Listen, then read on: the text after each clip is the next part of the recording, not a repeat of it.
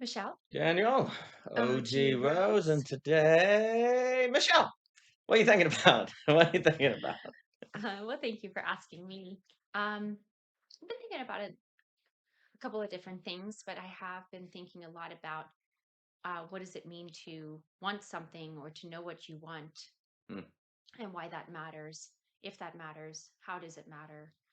Um, and I guess as I was thinking about this topic, I was thinking about trying to reflect on myself, like hmm, back in high school or I mean, when I think about younger years, in terms of what I want, I feel like, I mean, had a very blessed childhood and I grew up with my identical twin sister. I may have other siblings too, but like, we had that close relationship and, um, loving family, loving parents. So things that I think typically people like just want and desire and crave and need as humans, a lot of that was already like met for me, satisfied for me. But I think like on a almost symbolic level, maybe the things that you think about wanting as a child are just the things I really want this stuffed animal, or I really sure, want this little sure, bag, or sure. it's kind of more possession sort of oriented, even though you Hmm, do have those deep wants and needs as a human. Um, but I was actually thinking about as you get a little bit older, and not that I wanted like just gobs of stuff. I'm sure. just saying that, if you think about yourself as a child, what do you think about when you think about wanting or trying to remember what it meant for you to want something? You know, um, I do remember wanting like my grandparents to live closer. I Hmm, remember thinking that, like, oh, I wish they could live closer because they lived in a different country, both of my sets of grandparents. And so I remember wanting that as a child too. Um, but a lot of times it might be more like, I don't want to say they're more they're not transient, but they're like things that are um oh, I really really want to get to watch this movie, whatever it sure, is, right? Like sure, these kind of sure. wants. As you get older, I was thinking about what did it mean to want something in high school. And I was thinking about how a lot of times you're I don't know. It's interesting to think about how wants are typically in the structures that are, Hmm, right, that exist.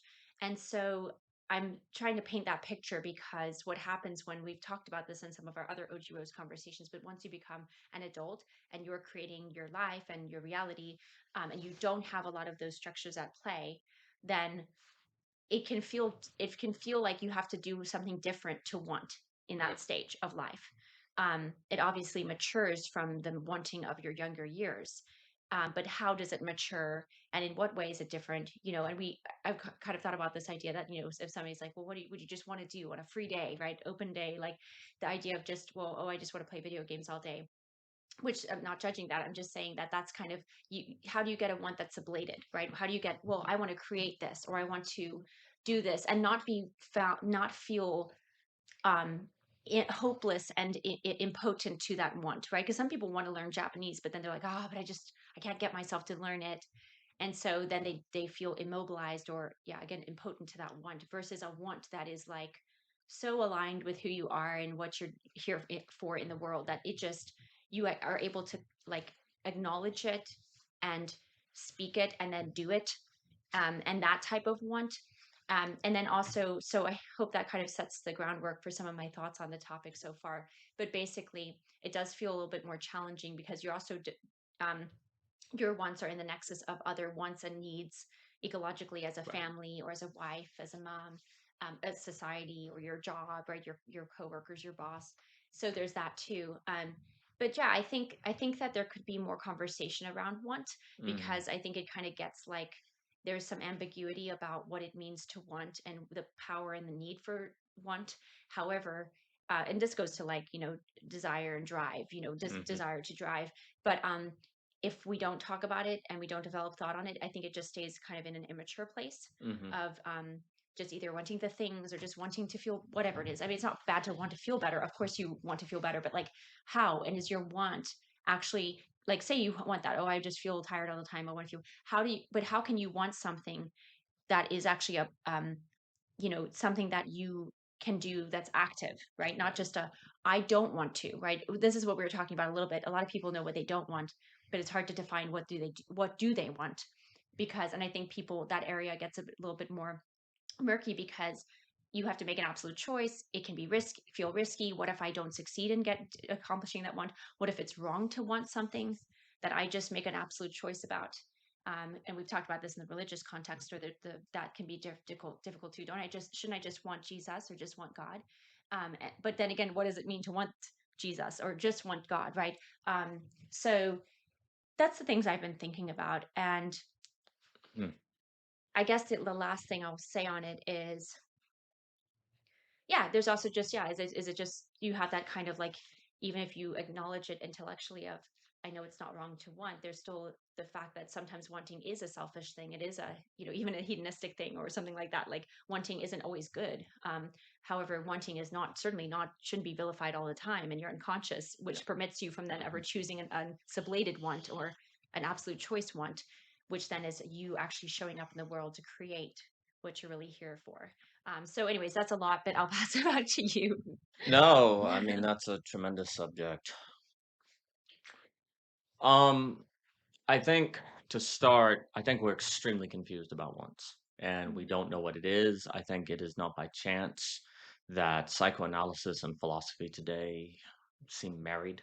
mhm, When certainly with Zizek and Lacan, but even Badiou's, like, you have to read Lacan today. There's really kind of an understanding of the question of desire, and it's also to start. It is very interesting how the word desire brings up certain connotations, where the mhm, word want brings up certain connotations, where mhm, likes bring up certain connotations. And I think actually often in the discussion, we actually get lost in the connotations, because if I mhm, say mhm. likes, often we say, oh, well, that's just your personality. Wants, oh, Right. that's ego, that's bad. Desire, that's sex, that's perhaps really bad. So we're like really Yeah. confused, Yeah. right? um Furthermore, I think we put in a lot of, you have the immortal drive, as Cadell will talk about, this idea that desire is immortal. It doesn't go away. You always Mhm. have it, right? So then very often people just come up with ways to repress it. Like you Yeah. made the example, people say, well, what I desire and all I desire is Jesus. And it's kind of it's kind of a way to kind of stop the question, because you kind of put a Mhm, barrier and you don't have mhm. to talk about it anymore. But of course, it begs the question, well, what does it mean to desire Jesus? But Yeah. religions have a lot of ways of kind of making it seem like the problem of desire is addressed when actually it's not. It's Mhm, just repressing it. It's a way where, because when you say all I want is God, then it gives an answer to the question that you yourself can convince yourself that you've mhm. answered the question. But really, well, what does it mean to want God? You still I got to mean, ask what that means, yeah. right? Like the benefit of that perspective is that it may leave you open and recognizing on a metaphysical level that nothing you'll seek out as your want is ultimately going to Yes, it's a satisfy. very effect like, It's effective in that way. That's why it's I a don't good. mean repressive, I'm glad you said that. I don't mean repressive necessarily in a bad way, because Freud is Mhm. gonna talk about toward the end of his career where like, society is impossible without And of course, repressance. Philip Reeve Yeah, too. and Like Philip Reeve. there's So necessary repression, yeah, constraints. you have to have constraints, and in fact, you could say a reason why religion has been so successful with the Yeah. problem of desire is precisely in making you understand that nothing you get in this life will satisfy you. There's no object of desire that's fulfilling. That you Yeah. have to be towards something A third thing, right? beyond, a Beyond. third Yeah. thing, right?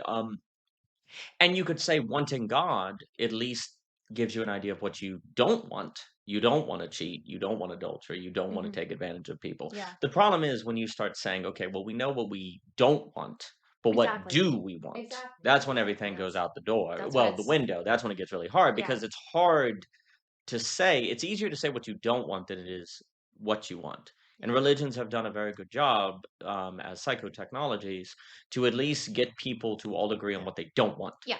But Definitely. then it can leave them astray on what they do want, Yeah. unless they have a robust theology of sainthood and sanctification. But you Right. could argue even that needs elaboration, right? Yeah. And sorry, we've also talked about like the task-based Yes, society, where if you combine this, as you called it, the psychotechnology of religion to agree upon what you don't want, plus what you do want is to fulfill your tasks and to survive and to, clean yeah, water, exactly. survival. Then Yeah, honestly, like a lot of times that's pretty that's pretty good. that's pretty good. Like you've Yeah, kind of and come got the together. Yeah. recipe for what you Mm. should be doing, Yeah, right? the But problem is now we have, right now, because we're a little bit beyond the task society, we're a voice-based society. right? Communication. Communication. Yeah. Now we have to rediscover, in a sense, Yes. like what is it that we want? The problem of want So is pronounced in a first world nation. yeah. Freud and Jung and all those cats saw psychoanalysis as something for first world nations, Mhm, which get mhm. beyond task-based society. Yeah. And that's where you see, like Durkheim talks about in his book on suicide, you see this explosion of this.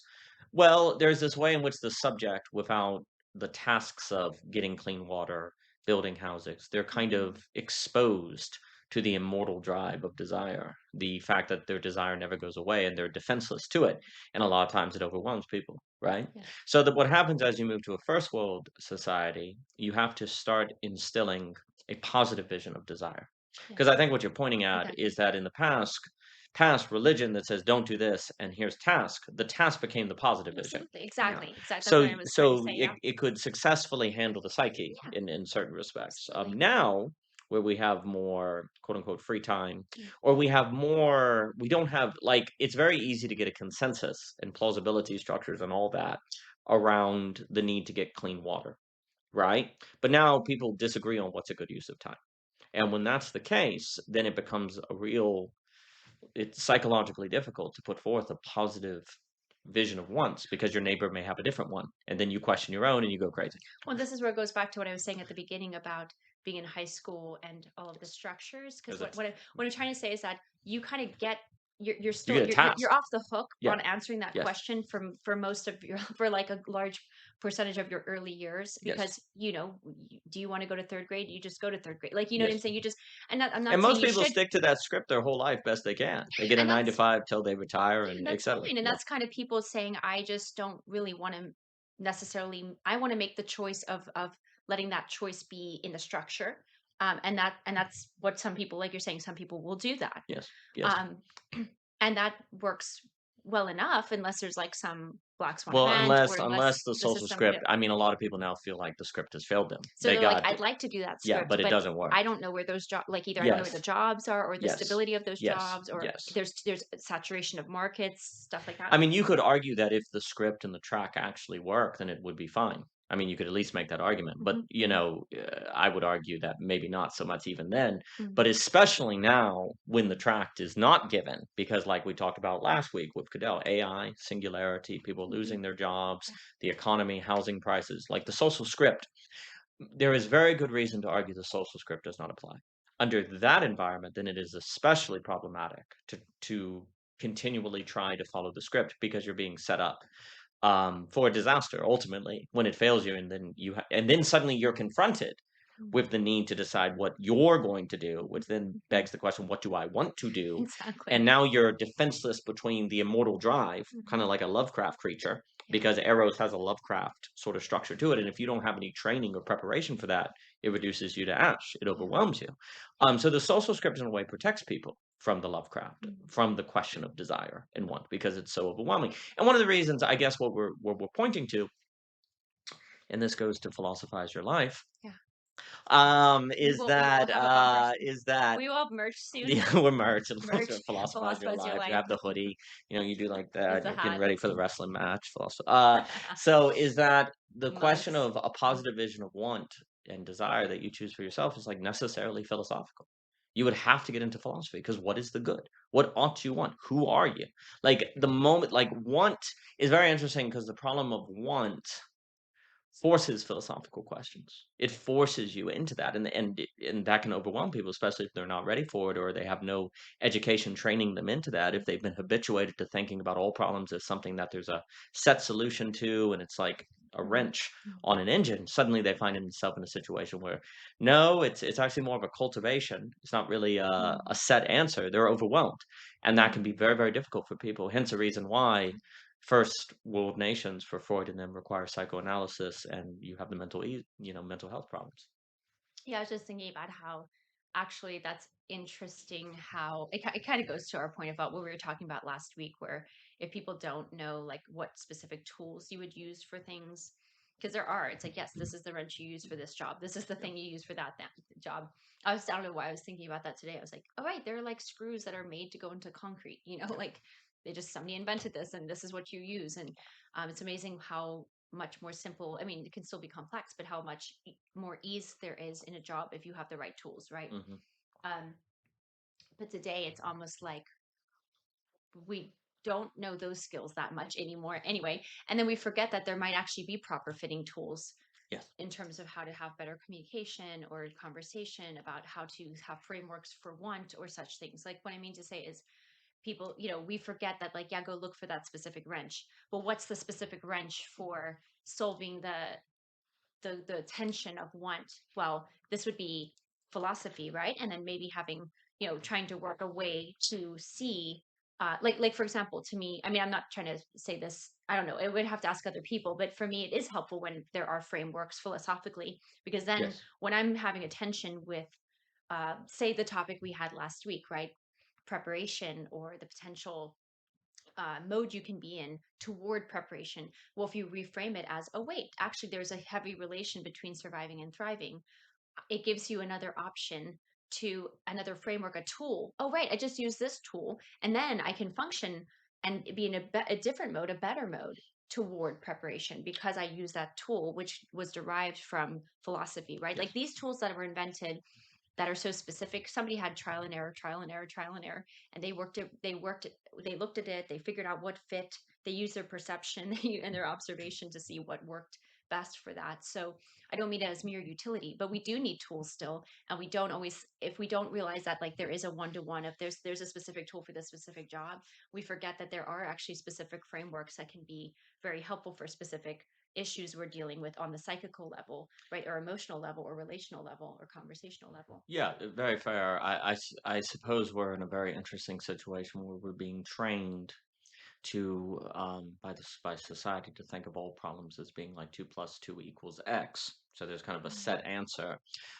Where if a painter is going to decide what color to make the sunset or the sun or the tree, there's many colors, and perhaps blue would be better, perhaps red, but they have to decide. So there's a decision that has Mhm, to be made mhm, relative to the whole context of the painting, mhm, relative to mhm. what they want to accomplish. So there's a different methodology, Yeah, but to yeah, your point, there is a better tool for painting, yeah. right? Well, this is interesting, yeah, because I think I see what you're saying, and yeah, in a sense, the whole problem is that people are trying to like just use the wrench for the problem. But I guess what I'm trying to say is like when people knew that the physical specific tool for the specific Hmm. job was a physical thing, Yeah. you would do that there. Yes. What people now do today is, instead of using philosophy, they will just use their ideology or their Oh, pattern, yes. their Yes. unconscious pattern. Yes. They're Yes. basically like they go to grab the specific wrench for Yeah. what they identify as the specific problem that it matches with, Yes. and they're like, this should work. Yeah. And Right. what I'm trying to say is like, They don't because have we a don't have, toolbox. well, we don't have a lot of again, people don't have a lot of hands-on experience as much these days. Mhm. There's sure there's still really talented people out there who know all sorts of things about wrenches more than I do, but because we don't have like the hands-on tools, and then you realize, oh wait, I can't use this wrench to help my wife feel whatever, Mhm. my like I don't know how to, I can't use it there. So then what I'm saying is it's almost like people psychosomatically want to try to invoke the spirit of tool equals this, and they map it onto, Yeah. they just throw it onto their psychical, emotional, relational, conversational things. And it's like, no, no, no, no, that's the right thing with the physical tools. Now we're in the terrain of needing philosophy to come up with the specific frameworks Yes. that I'm trying to equate Yes. to tools Yes. that you could possibly use here. But people instead are just saying like, I have wrench, I use wrench, Yes. which Yes. wrench is my unconscious pattern that I've never questioned, or Mhm. my ideology, or Yeah. my thing that this should work. Why isn't it? And then you're this other thing's fault because Yeah. your Yes. tool's right and Yes. you're right about what to do, and that's because you've assessed that's the thing that fits with it, so it should work, right? Well, a way to So, put anyways, yeah, it, I'm yes. interested in that. I think that's all very true. Um, I think in materiality, if you look at a board, you can see that what you need is a nail and a hammer, Mhm. but ideas and situations are complex and in a sense invisible. And so you Yeah, can't see what tool you need. yeah. You have to d- guess in a sense. So philosophy trains you to judge invisible things.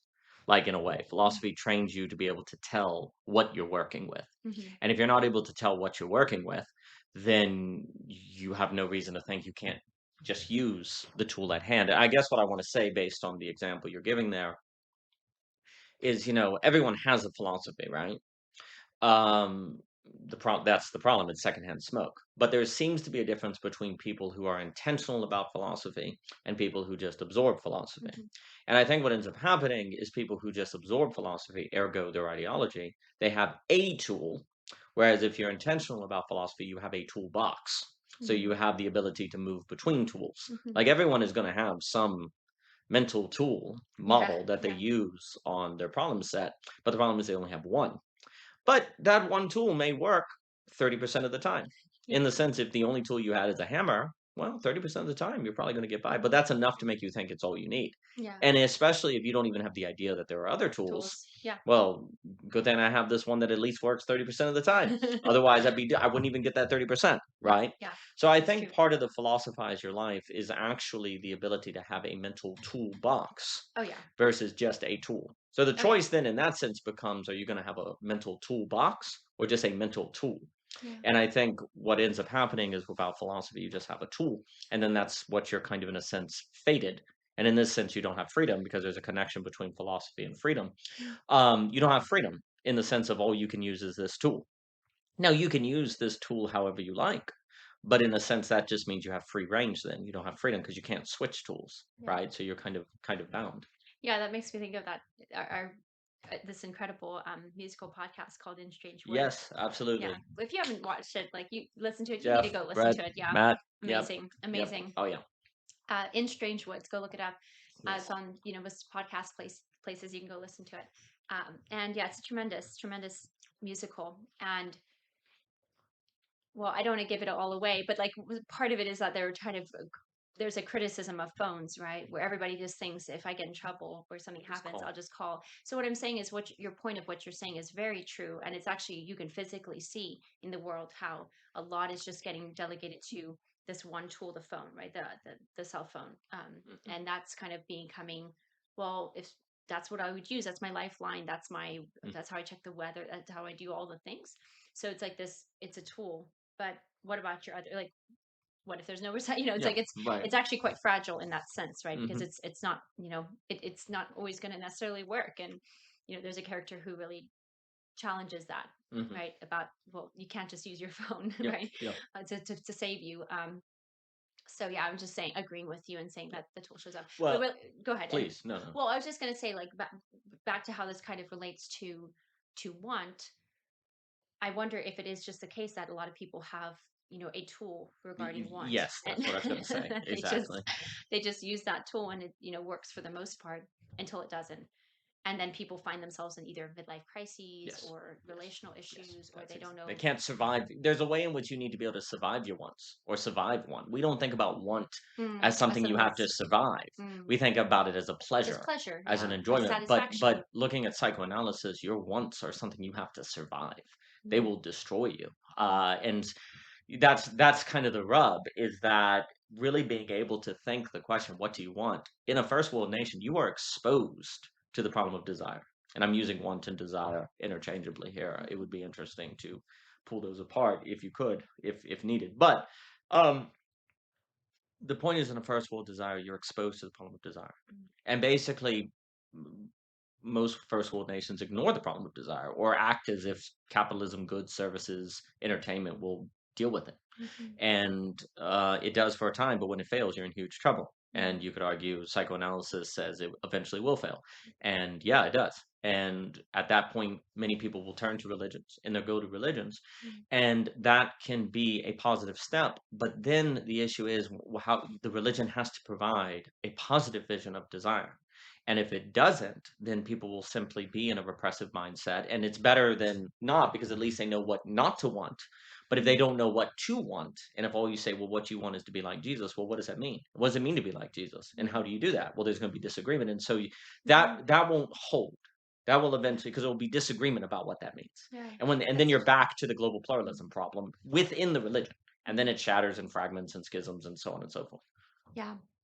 Yeah, that's good. And I was thinking about people who I was just thinking about, like, actually thinking on, yes, I think what kind of counteracts this issue is either, like you're saying, the script. So, somebody who has the faith notion of, um okay, well, I should just want Jesus, right? Only Jesus, which we talked about the good of that, right? Yes. But the risk is that you don't know what you actually want, to And you're going to create. feel You bad feel bad to to even ask. think. Yeah. Yeah, Yeah. for Yeah. sure. It's like, that's not, it's kind of wrong to ask that. If I'm not fulfilled, that must mean I didn't want Jesus enough. And therefore I'm a Hmm. sinner and I'm in the wrong. And so you Hmm. enter a repressive cycle. Yeah, and I think too, there's also, like you're saying about this want that's actually a responsibility. It's Hmm. sometimes also the question needs to be asked, not even just in terms of, well, I guess it is related to fulfillment, but it's almost like, a want that's going to require something of you that is for your fulfillment, Yes. but it's also for the fulfillment of something larger than yourself, Yeah. bigger than yourself. But I guess I was just thinking, so yeah, it could either be that people do the script to deal with that, or I do see people who like are work with their hands and like do actually do more of the task-based society Yeah. stuff, where that's kind of the thing that they grew up knowing and learning. They seem to be people who can be a little bit more like their want kind of comes out in creating stuff, right? Hmm. Making stuff or having a garden or doing that, which is cool. And that's another way to that's often dealt with. I guess I'm thinking too though about how practical this question is and why it Yeah. is so Yeah. important Yeah. though. Yeah. Um, because yeah, I was reading I'm still reading the book The Artist's Way, and she was asking, you know, one of the things she asks is, you know, what do you want life to look like when you're 75 or something like that? And I was like, I don't know why, but when I read that question, I thought to myself about like, wow, how extraordinarily practical to Hmm. imagine, Hmm. to imagine. Because if you don't, you get a lot of people in retirement being like, it's not really didn't turn out the way we kind of had They don't wanted know it what to to do. be, or Yeah. wanted it to be, but never really kind of, there's like these, and that's an interesting Yeah. thing. There seems to be differences between notions of, oh well then I'll, whatever, versus what do you exactly like specifically want, Yes. specifically like what Yes. do you how do you want to be talking with your husband in retirement, how do you Yes. want to, where might you want to live, what would you like your day to look like, this isn't to, and I think the tension with the religious perspective is, you know uh, only God knows your days, and so you how could you be assumptive to say, well, if I even live to 75, let alone what I want to be doing, why is that relevant at all, as questions, right, to Right. consider. For me to counter that, even though there is a point to that, of course we don't know how many days we have on this earth. However, though, if you just say that, well then what are you, you're still living, Yes. You're still you're still living. living each and every day, you're still making decisions each and every Yes. day. You may as well get deliberate, and we talked about that word Yes. in the card a little bit. You may as well get deliberate about what you would like to have happen, because guess what, that is then going to require stuff of you. Like if Yes. you want to be able to have good conversations with your husband in retirement, you should probably start working on that today. You should probably Yes. start Yes. working on Yes. that like in the sense, like you should probably think, well, wait a second, let's assess if that's happening or not, or do I know ways that we could maybe get better at that, or Right. so it's, again, it's, to me, I was like, wow, that's actually quite practical, because sometimes if you don't think about what you might like to have happen, then obviously with an open hand, you get kind of caught off guard by, oh, this wasn't it, Yes. this wasn't exactly like it is not going the way I was expecting it to go. Correct. And yes, there is a healthy way in which you need to be open to whatever is going to occur that may not be what you imagine. However, having an imagination for the future and a vision is actually for you to do something about it today. Yes. It's not just to have like some wishful, and that's the thing. I think the notion sense, or oh, when I do this, then I'll finally feel happier, or finally feel better, or I'll finally whatever, is just putting it too much on externalizing it to there and then, versus the now of what you can do today. Yes. There's an interesting way with the question of what do you want is the most practical question of all. Mm-hmm. Uh, because it is the standard by which all decisions are made. And I think basically part of the issue is that as you transfer from third, second to first world nation, just to stick with that structure, Mm-hmm. you move from what do I want? The answer in second and third is to survive.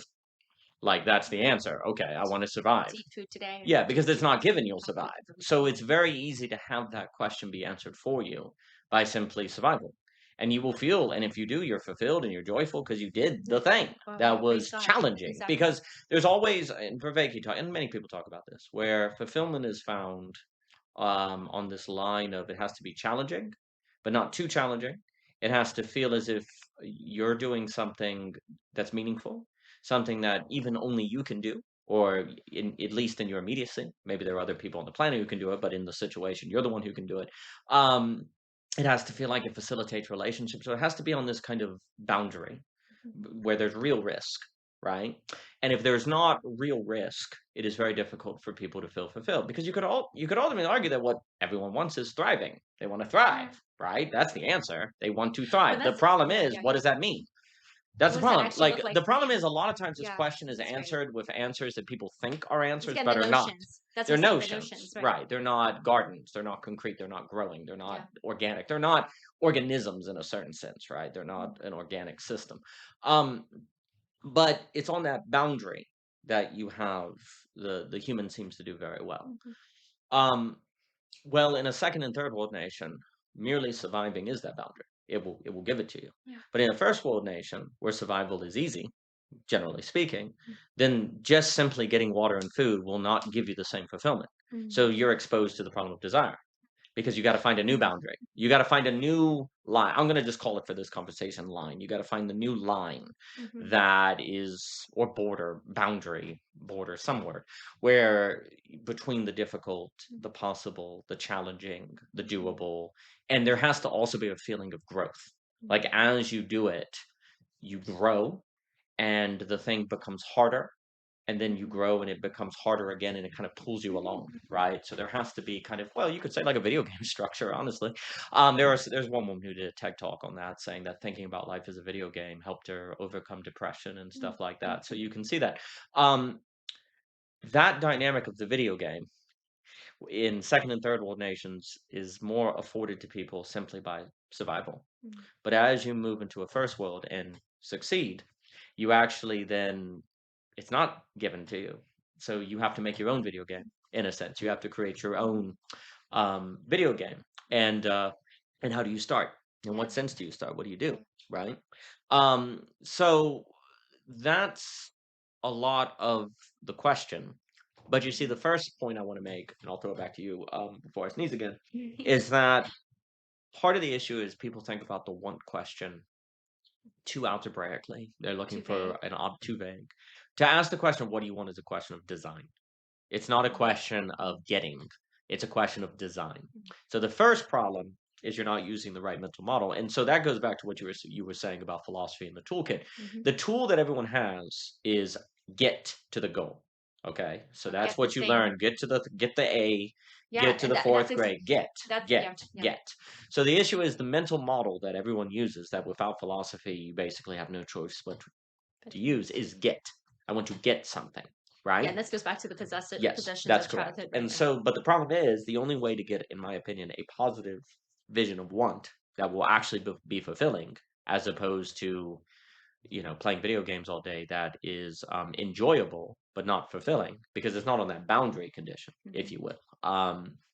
The game itself could be on the boundary condition, Mhm. but the Mhm. doing of the video game, perhaps for a time is, and perhaps it can be enriching for a person for a certain period of time, but Yeah. it tends to, unless maybe you become a professional or something, it tends to slip into avoidance, Yeah. right? But so can going to church, so can running, anything, right? Yeah. Going to work can do that as well. Mhm. So, Yeah, not but to just yeah, focus solely so not just avoidance. to beat up video games or something.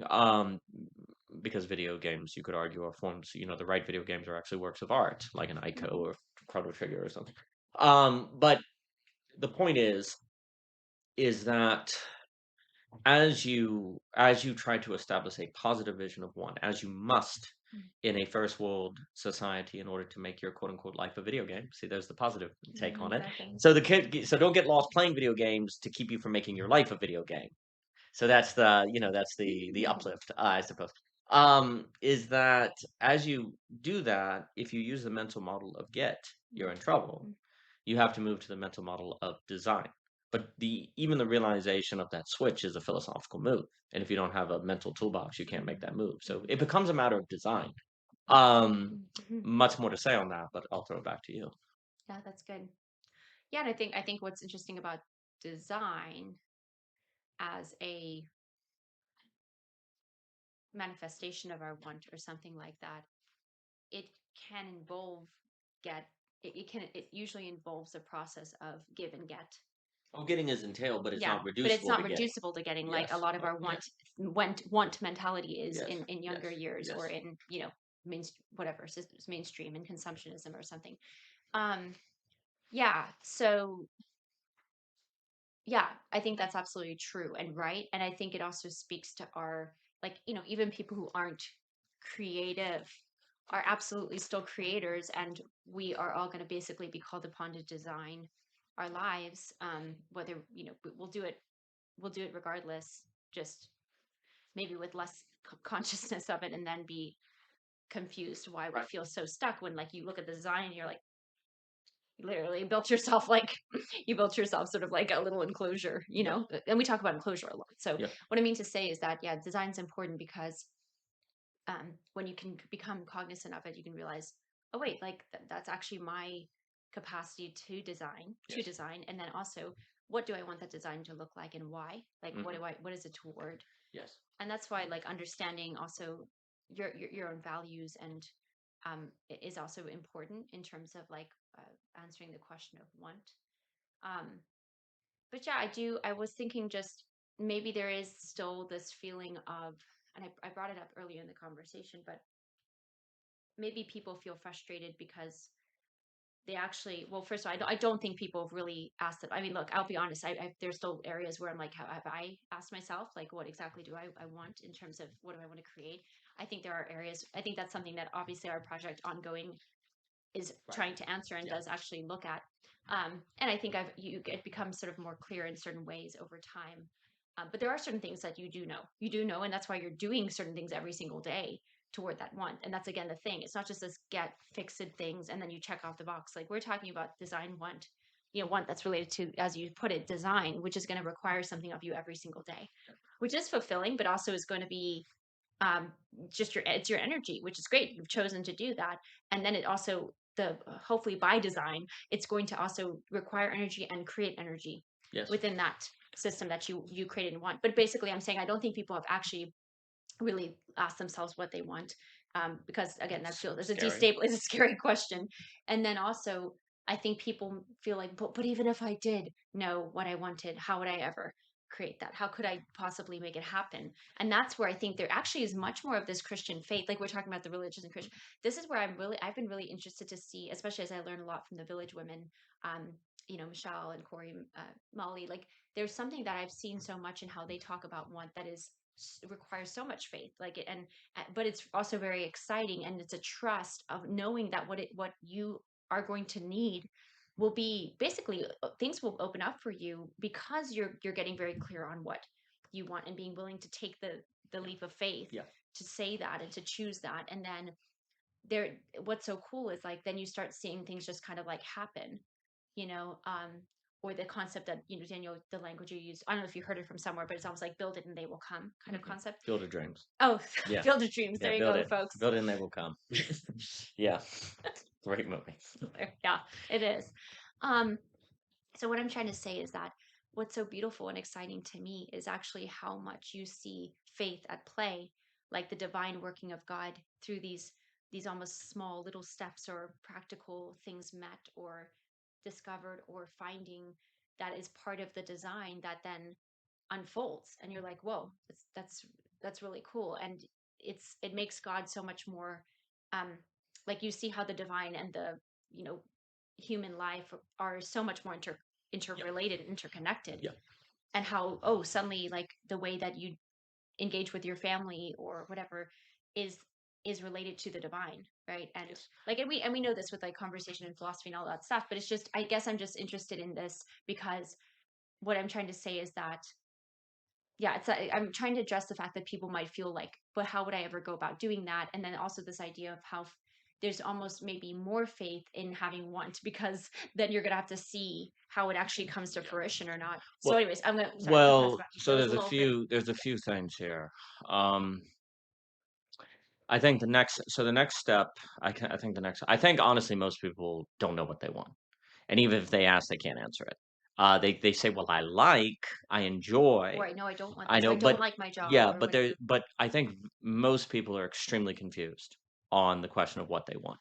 Like, in fact, I think many people can look at people where they look over, it's like they seem to know what they want. How do they know what they want? Like it's a mystery, right? It's like Oh a yeah, that's what mystery. the village women talk about a lot. They Okay. say that a lot of times people will be like, I don't even know what to, like, how Yeah. do I even know what I Yeah. want to Yeah. do? Yeah. And then they talk a lot about, some of the very baseline stuff that you need to basically be doing to take care of your, Well, there's a lot.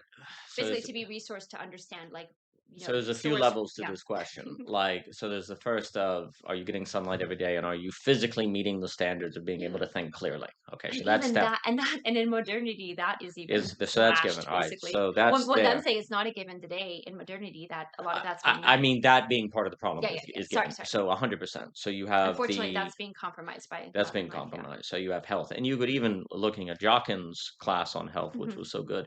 You could even say if you don't have relational health, it's hard to Yeah. think What is clearly. health for you? What does it Yeah. mean to be healthy? Yeah. Like, So you have physical health that's lacking. okay. So the first question becomes, what are the conditions By which of you can have clarity on what you want and yes, then what are action the to know and what to yes. do to get So that because want, I yeah. think most people don't have clarity. Mhm. They don't have the conditions of possibility to think their wants. Mm. And then when they think it, they're overwhelmed and destroyed. And it's, is it moral? Maybe I'm egotistical, and they're all Yeah. confused, right? Um, Furthermore, what happens is you can avoid this by simply giving in to what psychoanalysis will warn about, which is I've never met someone that doesn't want respect, doesn't want money, doesn't Mhm. want to be able to take a trip whenever they want, doesn't Mhm. want to have power. So what you can do is seek those things. You can go, well, hey, having a lot of money sounds good, so I'll do that because I know money opens doors, right? And that I think generally a lot of people who don't have the problem of action. Sorry, what did you just say? Like, So a lot sorry, of I'm so people sorry. who don't have the problem of action have basically said, "Well, I want a PhD. I Mhm. want money. Who doesn't I want a want a new PhD? house. I don't know, Yeah, whatever. I because want to who doesn't renovate want their a bigger kitchen. who doesn't want these different things, Mhm. right? Mm, mm, So that's how they answer the question. They go after something that is almost they want something that is almost self-evidently good to get more of. mm. Okay, Oh, that's because good. that solves the problem. All Mm, right. mm, What psychoanalysis warns is that that doesn't actually solve the problem. It becomes cancerous. It grows forever. There's no point where you stop getting money, and then you mhm, kind of sense that it's not. There's a certain point where happiness and money, getting money makes your happiness go here, and then it flatlines basically. mm, But you get into a problem where you can't admit that flat line, mm. and so you become repressive, and that's when the psyche breaks down and can become perverse in the psychoanalytical sense. Please. Or you make it something that you always decide is out of reach. Oh, well, Yeah. I would want Yes. that if I had more Yes. money. Yes. You intentionally Which is push it interesting off. because the women will talk a lot about this, that Yes. actually people's relationship Yes. with money Yes. is so tied to this because what's actually going on is that they're afraid to get what they want. Yes. Because again, what do they know that The what they want, deferral. and what would So you you do have a next? You deferral. don't know Yeah. what you'd want to Mhm. do with that. Mhm. Like, are you so it's an Yeah. interesting This because the then, yeah, infinite deferral, or I'll just get all the money and then you have to admit, oh wait, this isn't satisfying me, which goes back to the why there can be a good to I only want Jesus. Yeah, that's But correct. And yeah, then what you can do is you have money, and if that doesn't fulfill you, begin looking to turn the money into power. power, yeah. And then you look for, and then you end up in perversion if that doesn't, or Mhm. can, if that doesn't work. Yeah, there's the Cone movie, Millennial Actress, that talks about pushing off the goal forever. There's a Mm. number of Japanese works that are quite good at that because a lot of the Japanese movies and Like arts, identifying that. yes, this problem because they tend to I mean, Sestoni Cone with his work is probably the most kind of psychologically rich work Mm. on the problem of desire. Mm. Blue Millennial Actress and Paranoia Agent and all these other things. But so the point is that yeah, you can do a deferral thing Mhm. where you push it off. Or if Or I the answering the question with the you know it's good, right? It would be good to get a PhD. It would be good yes. to have Yeah, or if there's so something wrong, I just need a new job. I just need a new partner. I just need another something, right? And so you enter deferral strategies. That is what a lot of people in first world nations who seem to be able to have a schedule. Because there's also a question of like, what's the difference between having a schedule and like having a way to make decisions of what you're going to do that you could say is good versus like in contributing to drive versus you have a way of making decisions that are actually part of the deferral. sure. Because I can make decisions if my strategy is to defer forever, then that's going to help me decide Well, what to the do. each person be like, well, I want a PhD. I know what I want. I want a PhD. Mhm. I'm not deferring. I'm going to work toward it. I'm going to get the Yeah, PhD. yeah, and they So do that, and then they get the PhD and they're miserable because that's what psycho. So to clarify, what psychoanalysis warns is that it's okay to want a PhD as long as you understand that it's not going to be what you thought it was, Mhm. and a very high amount of time the person doesn't actually believe that. They do think it's going to change things. It's going to be fulfilling. Finally, then I'll be Then I'll fulfilled. be, or if I get that new job, or I get that amount Yeah, of yeah, money, yeah. Or and get it this doesn't new work, girlfriend or right? whatever. Yeah. But then basically you just say, well, that's not because the next move that the first world nation wants to do is say, well, if that didn't work for you, that's your problem. The goal works for everyone else. And so everyone Mhm. pretends like it works for them, and you get this kind of almost conspiracy where everyone acts like it works Right. when it doesn't, because nobody wants to admit it doesn't work, because then you'd have to rethink the entire system or the Mm, social script or whatever. And right. now you're vulnerable to the problem of desire, Yeah. right? Because you have to think all of this. Yeah. No, yeah, that's all good. That's all good. I guess I just want to go back to, not to Please. keep pushing on it, but this idea of somebody saying like, "Well, I do know what I want. I want a PhD." Yeah. Um, well, you know what? Actually, okay, this does. I think there is truth to this for sure. I mean, I agree with everything you said, but I'm also thinking like, well, maybe that is the person's genuine want. Yeah. Maybe Yeah. Yeah. it could be, right? But then you get it. But then you get it, and that's like Lacan's basically like the worst thing that ever happens is getting what you want because then it's over. You you don't know what to do now. You get Yeah, yeah. another PhD Well, or and you that's the become thing yeah, why also is it actually something you want? A lot yeah. of times the things that Mhm. people will claim they want are just what they feel that they should want, Yeah, or they should want or they'll get status or people yeah, will or respect this will, them. yeah, that Yeah. right, then I'll be so yeah, it's like kind of Basically, I sitting mean, to sitting with your, and that's what like Michelle said in one of the Village podcast sessions, is like basically for women, she's like, sit with your womb space and like actually think about like, what do you want to create, yes. not just what you should want, right? Or what Yes. you think is going to be what you make you happy if you want it. It's like, what are you actually coming from The yourself, like, to speak to kind of our intrinsic motivation, what's that? the main problem is deciding you're gonna get a PhD and not think about what you're gonna design with it.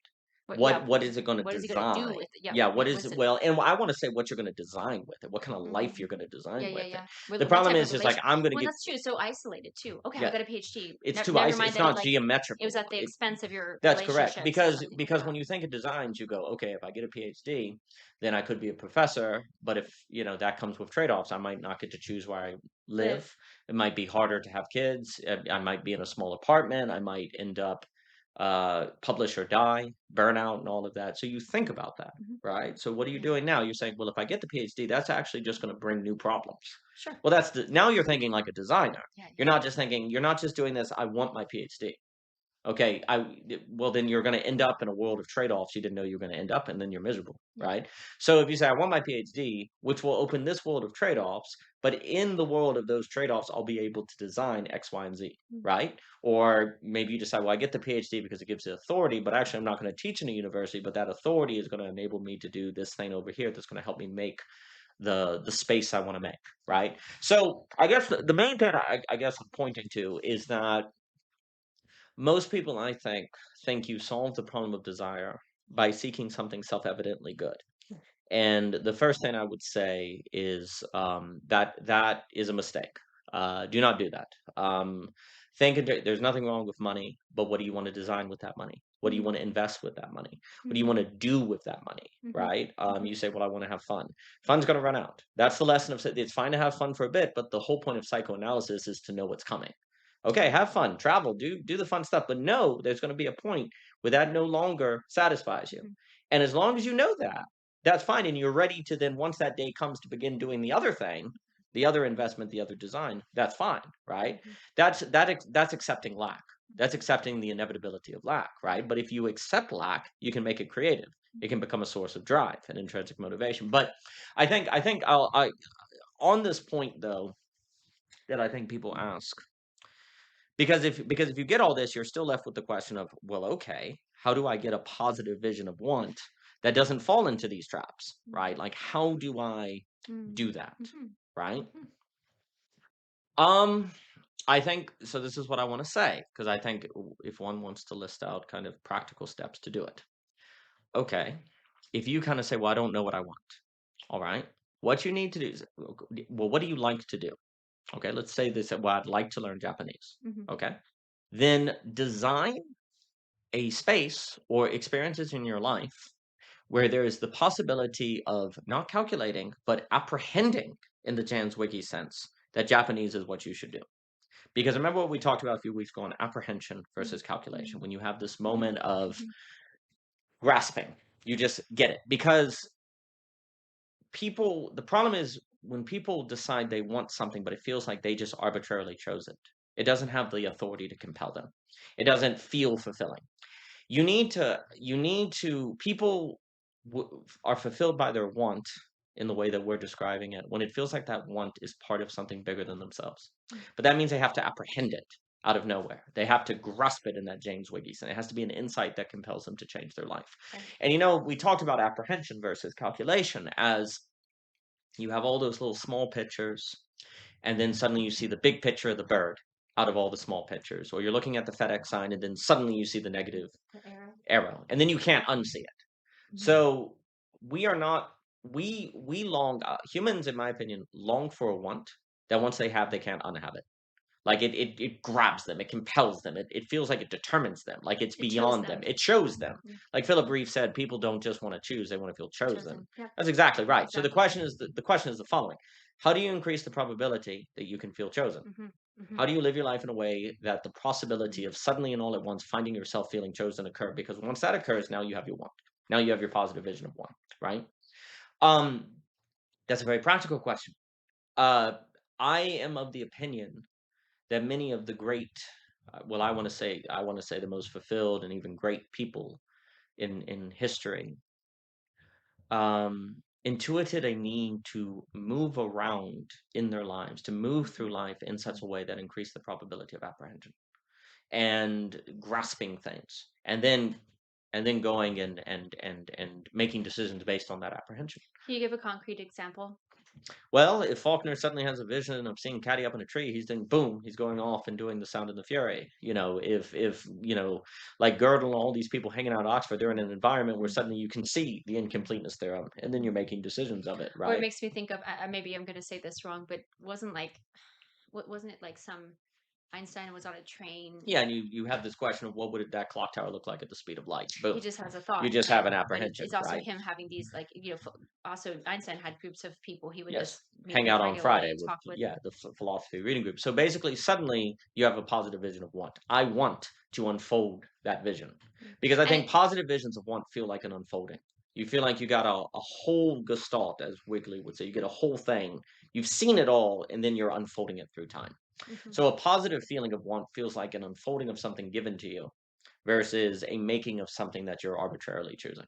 And that And yeah, and that's why I think actually, and I'll have to look at which particular episode it was from the Village Sessions podcast, but when Michelle was saying about for women to sit with themselves in yes, quiet and with their womb, so womb is a great example yes, of something that is yours and not yours. hmm, It's your life and it's not your life, right? Because your exactly. another life is going to take you over and Yep. be conceived in and through you and birth through you, Hmm. right? Um, that's why Molly and Michelle have the vessel village, which is so great. It's being the vessel, right? And knowing yourself enough to knowing yourself deeply and knowing that idea of like, okay, um, how who am I and what do I need to be doing so that I can again have these moments of apprehension. It's almost like moments of conception, right, where Yes. you then Oh, are yes. you're Yes. you're you're carried into that gestational growth The and that then birthing process of creation. the reason religions can be so successful Hmm. is they give people wants that feel like unfoldings. Absolutely. They don't feel like it's like you have to do what this It's book also says. it's also but was that You have to do what this book says. You have to do what God says. So it feels like what religion gives you this mm, option of doing is wanting that which feels like it's not you. Therefore, mm-hmm, it's an unfolding, not mm, just a putting together, mm, right? And and Keller and different people will talk about the difference between a discovered meaning and a created meaning. If you create your meaning, it's fragile and it feels arbitrary. But if you feel like your meaning was discovered, yeah, then it's anti-fragile and it's powerful. And religions are able to find this psychological sweet spot yeah, of being often able to give people a feeling that what they're doing is unfolding. yeah, It's a discovery. It's not merely a creating. The problem is that if they encounter other religions, mm-hmm. pluralism, or questions of what would Jesus do about drone ethics, that's not part of the unfolding. So this is the thing. What's unclear how it's a part of the Yeah, unfolding. it's Go ahead. unclear how it's part of the unfolding. So then you have to be able to do the work of making it part of the unfolding, which only philosophy can do that. Only philosophy can quilt in something new Yeah, into the exactly, unfolding, exactly. into the discovery. Well, and also the risk is that you will always just sort of defer responsibility Yes. And actually, that's a good thing in the sense of, well, it's not what my will but thine, right? Yes, yes, There is a good thing in the sense of there's the compelling that's yes, inherent in religion and in yes, sacred text, yes, right? And in instructions and yes, in proverbial wisdom. That's a yes, good thing. It's like, well, I actually just want what God wants for me, yes, which is actually, oh, it yes, turns out it's best for me too, right? yes, But then it comes to, that's really good for like some of the very fundamental yes, questions of life. yes, But then it's what do you do on a Wednesday afternoon? yes. When your You know, spouse is angry. yeah, Yeah, yeah. right. Or like, Or what do you're you irritated. yeah, or what do you do on a Wednesday afternoon when you realize, like, for some reason, I really love poetry, but I don't ever seem to do anything about that, or I Yep. never read it, or Mhm. well, and these things seem like, but it's important because it will actually it will have to do with how you're becoming more fully human, and also the uniqueness of the Christian religion is that you've got the Holy Spirit, right? Mhm. That is moving through the temple, the body, which is the Mm. temple of the Holy Spirit. So then you're like this unique expression of each individual person. I won't say beyond in a bad way. We need the basics. We need the basics of like the constraints, right? That religion gives in the sense, because then it gives those limits, right? Then there's value that can come Mhm. from that and all of that. But there's also the uniqueness of each individual human being and what they're being called to do in this earth or be in this earth, and that has to do with their own god-given like affinities, or things that they are tied to their own intrinsic motivation, which then Yes. is going to have to be what they allow themselves to take a leap of faith in wanting and doing Yeah. you know I mean, and the other issue is the pastor tells you that God wants you to vote for X, Y, and Z or do something. Sure. And what are you going to do then? Like if you don't have the self-defense or you can't think that or so Yeah. on. And so it works until it doesn't, and then you're in trouble, Yeah. right? You have the discovered unfolding, but then if something happens that you can't tell if this is part of the unfolding or an arbitrary redirection, you can't stop it, Yeah. right? So you got to have that philosophy for Yeah. self-defense. There's a few things. First off, it's interesting.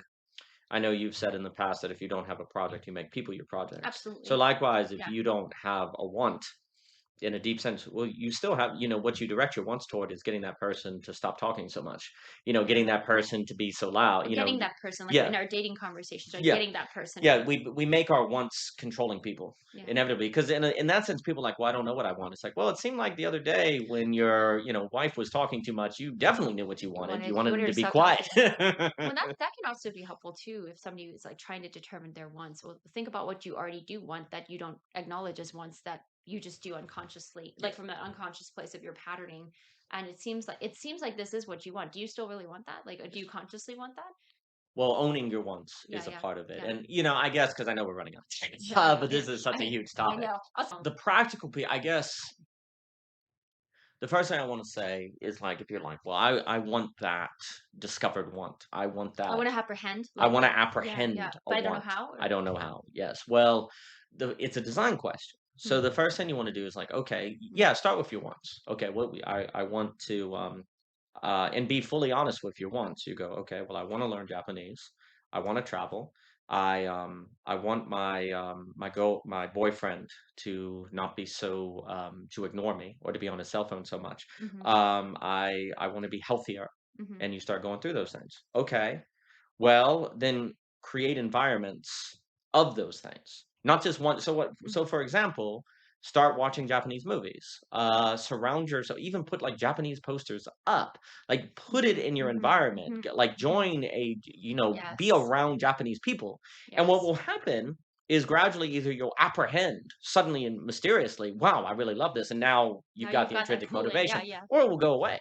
Get It'll rid just of it. go away. Yeah. So you're like, okay, well then that wasn't that was a created want. It wasn't a discovered want. It wasn't tied to some deeper essence of myself. Now Mhm. we'd have to expand that, but it's a deeper essence of myself. Second, if you say, well, I want my boyfriend not to be on his phone so much. Okay, well ask him to put his phone away. Create the environment where Or he's like not on his phone or so like much. invite him like, "Hey, Yes. I really want to go hiking and like Yes, and let's see do." what he does. Yeah. And you see if he says no, then you'll stop liking him so that you'll solve that problem, right? And you give him a chance to see what kind of person he is, right? Like, have you done anything to your environment to bring about that want and to then see what happens, right? Or ask yourself the question, why do I want it? Not want him on the phone so much? Oh, actually, because when I see him on his phone all the time, it makes me think about how I'm on my phone all the time and I'm projecting, right? Yeah. So then you start actually changing notice what you'll do. Mhm. You'll start changing your environment. You have to create a new environment to apprehend a discovered want. And Absolutely. so, like, the other thing too is what you want to do with your wants is create environments based on those wants in which an apprehension you want to create you want to take your wants and create with them environments where an apprehension of that want can occur, because an apprehension of a want becomes a meaning. It becomes a telos. It Yeah. becomes something higher than a mere Yeah, yeah. preference. Absolutely. So you take your wants out of your, say, six wants. You don't know which one of those is a deeper want. Like, I want to say, like a kind of an apprehended want, an essence, Mhm. a telos, right? Mhm. You can't simply will for one of them to be the deeper want. Mm. What you have to do is create environments in which there's the possibility of apprehending that want as your thing. So you Yeah. use, for This is example, this is trial and error too. it Go is ahead. experimental. The Yes, problem is people experimental. don't go through This is experimentation on That's their what the wants. village ladies are talking Yeah, about all it's day all long, which about is so good. yeah, it's So good. Yeah. experimentation. Yeah. That's very good because, Yeah. like, for example, you want to learn Japanese. Okay. Yeah. As opposed to then sitting down at the book and studying Japanese, which you'll never do, right? Because it's too energy intensive. Create an environment in which you're You surrounded by start to bring that Japanese. more into your Yes, and nowness. then if you truly wanna live Japanese, what will happen is if you do that for a month, for a long enough period of time, I don't wanna promise, but I strongly believe that if you do that fairly quickly, not super quickly, but fairly quickly, like a month or 2 or something, either your desire to learn Japanese will go away, or you'll apprehend it as truly what you want, and then you'll just be studying it and you'll put in all the You'll time. you'll be shocked at the Right. energy you Yeah, have to do yeah. it. So Yeah. most people will go straight to the willpower problem from the one. I want this, Mhm. so let me go to willpower I'm just gonna and muscle it gonna through to muscle it. get through No, the no, no. books. That's not what you do. You create an environment where an apprehension occurs, and then the willpower comes out of nowhere, Mhm. and you'll be able Mhm. to learn the Japanese, right? The willpower, the same. So you wanna learn, you love Shakespeare. Okay, then watch Shakespeare plays. Don't be watching other shows on that. Watch Shakespeare plays. Talk about Shakespeare with your friends. Ask them what they think about it. Read Shakespeare, and either it will just go away and turn out it was an interest Mhm. versus a drive. Because ultimately, we could say, how do you find out if a want is an Interest interest or or to a drive? drive. Yeah. Maybe that's how we'll language it. Yeah. So you take your want and you create an environment. The environment is in which you will experience if it's an interest or a drive through apprehension, not through calculation. Because the problem is, if you ask yourself, what do I want? Mhm. And you try to find reasons to turn a want into an unfolding, it will never happen because reasons are creative, they're not discovered. You create reasons. That's what and maybe they're just rationalizations. So what you do is you take your wants to design environments in which an apprehension can occur, and then you'll find out if your want is a mere interest or if it's a drive. And you just go through your six things and do that. And you do that. And then the funny thing is, if you do that, even if you don't learn Japanese or piano or whatever, your life will actually be enriched Oh, yeah. because you did those things Yeah. and they're part of you, Yeah, right? And yeah. even if they don't transfer into the drive, Yeah. You did you it's had an part of you. experience with it. It's part That's what of the you. women will talk about, right? Yeah, Like it's you had an part of you. you had an experience. Yeah. So the You created practical that. thing, and much more can be said, and I'll throw it back at you. Yeah. I'll But take your wants Mhm. and design your life environmentally so that the want can unveil itself as either an interest or a drive. And exposure. And Get more yeah, exposure exposure. That's what I'm talking about. Yeah. And Oh, the yeah. issue is, you have to find your drive to have a standard of decision making Yeah. for what you're going to do, what you're not going to do, how you're Exactly. going to spend your money, Exactly. how you're not. Yeah. This is why wants are Now, important. yes, now that you have a standard of decision making, you can envision what you're going to be at 75 because you can see what kind of decisions would be made to get you to X, Y, and Z, Yeah. right? You can even tell what decisions you should make, right? So once you have a sense of drive, then you can see what you're going to be at 75, and now you can make decisions. And now you can compound your life. You can build your life now because you have a constant standard of decision making. Whereas most Absolutely. people, they never compound. We've talked about Yeah. that. They just gather or they just collect, Mhm. but they never compound. Most people's lives collect. But then at 75, they just have a collection of stuff. They don't have something that's compounded and built into a life. And so it's very important to get that out, but I'll stop and throw it to you. Yeah, no, that was all great, and all wonderful. And I guess just really quick on and there's so much more, so I'll try and wrap it up though on this point, just because I want to address again the a genuine concern that probably I have even felt like, especially in certain other seasons of life, but like where you're like, well. If from a Christian perspective, it's like, well, I just want I want not only do I just want Jesus, I want people to know Jesus. So you're saying the Yes, evangelical yes, route, okay? yes. Because evangelicism is a real thing that Sure, sure, is sure. um I mean, and I'm not saying it's a real thing. Well, obviously, there's a great Yes, commission scripturally, but the point of the matter is that when people are like, "Well, I want to, to share the gospel," right? yes. Now, and they're like, "I don't know how what you're saying is compatible with Yep. Mhm. that." Now, I mean, I guess if that's somebody's want, they could start creating environments of trying to go Yes, hand out tracks, or I don't know, like, you yes, know what I'm saying? Like, go do it and see how that goes. Now people yes, could be like, but that seems like you're making it like a mere preference. Like, aren't we all supposed to, as Christians, like do that yes, type of but work? what does But that mean? yeah. Like, Well, and also like what is good news to people if you can't offer them a vision of what life could be like? Like, why would they have any desire? yes, of Like, course. because it's related to desire. Because in a sense, you're also, you wouldn't like hand somebody like it's something that should be fragrant. Like it's it's a positive thing. It's a what I'm trying to say is that I'm interested in what you would say on this, because I think that a lot of people stop trying to do the thing you're doing, or they stop themselves because they think to themselves, well, I just really want to, shouldn't I only just want to basically convert, like to get people to be Christians, right? Or to believe in Jesus. Yes, And that's and then I think ironically it backfires because then that desire for people to convert to Christianity leads to people feeling like you're only their friends because you have an agenda. That yeah. leads to people feeling like you're just an undercover agent, that you're not Hmm. genuine, that you're fake. Yeah. You get a kind of a paper thin personality. It Hmm. backfires, Yeah, right? yeah. Because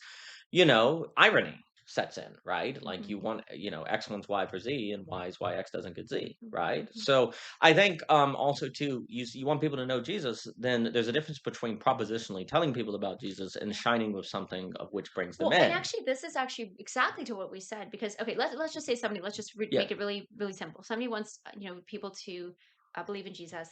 Have their life yes, changed and yes, transformed from the Christian yes. paradigm, right? So they tell people about Jesus. Oh, somebody actually decided to say the prayer, right? Yes. The prayer of faith. Like they Yes. they accepted Christ into their life. Now what? Now Like what? that's the thing. Like to me, I think that's always been a glaring kind of question. But don't ask that question. You're a bad question to ask that Question, question. yeah, And in fact, if you're asking that, that must mean you didn't really mean the prayer, actually. So it all becomes repression. yeah, yeah, And then this unfolding discovered meaning that the religion offers becomes unfortunately mm, a repressive unfolding. yeah, yeah. You keep the unfolding going, not because it's anti-fragile, but because you've put defenses around it Yeah, so which that is nothing can which question is it. funny, because even the Protestantism years ago, that like the Reformation, all that led to at this point where we've got evangelicism, which is usually typically more Protestant than it Sure. is Yes. Orthodox or Yes. Yes. Catholic, is that uh that whole movement was so that the bread maker could be divine, like have his Yes. divine Yes. work be in his Yes. bread Yes. making To tear down the in the distinction. everyday Yes. life, in the things you're going to do, not just to be my salvation is just that like that's my only Christian element is my salvation, but like what I do in my everyday life.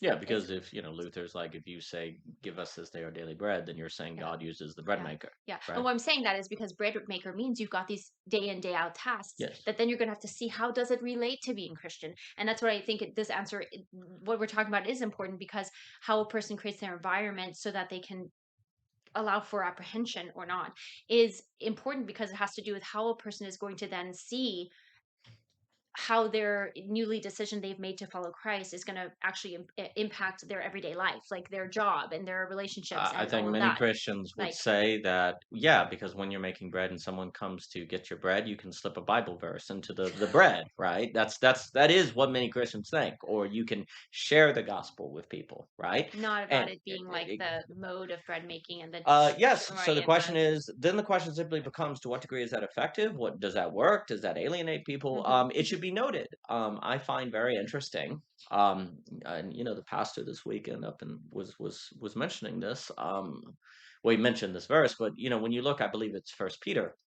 and they're controversial passages. Where he's talking about, slaves, don't be angry at your masters, wives, if your husband doesn't believe, husbands, if your wife doesn't believe. The whole point of that section, though, is it's like, if you're mistreated don't return evil with evil. Mhm. The structure of it is to suggest that you will mystify people, and that Exactly. difference then makes them go, "I want that." What Peter is suggesting here is you flip the script. Turns out the slave is actually the master, and the master is Mm, not actually, right? yeah. Because they have something that Mhm. makes them, go, huh, right? That the reason why I point to this is because that right there in the Bible is a suggestion of this sign idea, Mhm. right? Mhm. Most people are destroyed by desire. You're Yeah. not. In fact, you're able to compound it and you have a sort of direction. And how are you able to do that? Oh, well, the Holy Spirit. Oh, there's a shine of Yeah. it, Yeah, right? exactly. So I think for me, there's always this emphasis, and much more can be said on this. Yeah. Um, this emphasis in Christianity on the direct verbal propositional Knowledge. spread. I think there's plenty.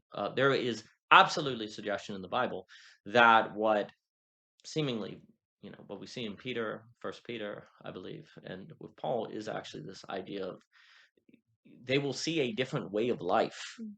that will mystify them, Mhm. and that will change them, Mm. right? Mhm. And I think that notion is completely lost Mm. in much of Christianity. Mhm. And as a result, it becomes nervous and anxious Mhm. and wanting to make sure that you tell people propositionally about Jesus, and then it's irony. Mhm. That's precisely what turns people off, Mm. which then is evidence that you're suffering for Jesus or you're a true Christian because now your friends don't like you because you talk about Jesus, which is Mhm. evidence you're a true Christian. You Mhm. create this internally consistent system that makes everything you do that doesn't work evidence that it's working, and then you're enclosed and you're in huge trouble, Yeah. right? Yeah. So I think it's an excellent question. That's how I would begin to answer it. But Yeah. yeah, I think on the question of what do you want, what you need to make decisions, you take your wants, Mhm. you build environments of the possibility of Testing. apprehension, you test and you You experiment, test. and then once you find the apprehension and thus turn a want into a drive versus an interest, Yeah. then you can make decisions. Then you can envision your life at 75, and then you can begin compounding your time, using Mhm. your time in a manner where things compound upon one another. And that's when I think you can see the fullness of the human come out. Well said, Dave. But for more by OG Rose, please visit It is. Amazon. All purchases and reviews are deeply appreciated. YouTube, subscribe. That's one I've heard. Like That's and subscribe. That's a new subscribe. one. Click that little bell icon. We don't have a Hit the bell. bell. You hit the bell. Is that what they say? That's what they say. I think they So say that. Instagram. And thank you so much for your time. Thank you for your time. Thank you.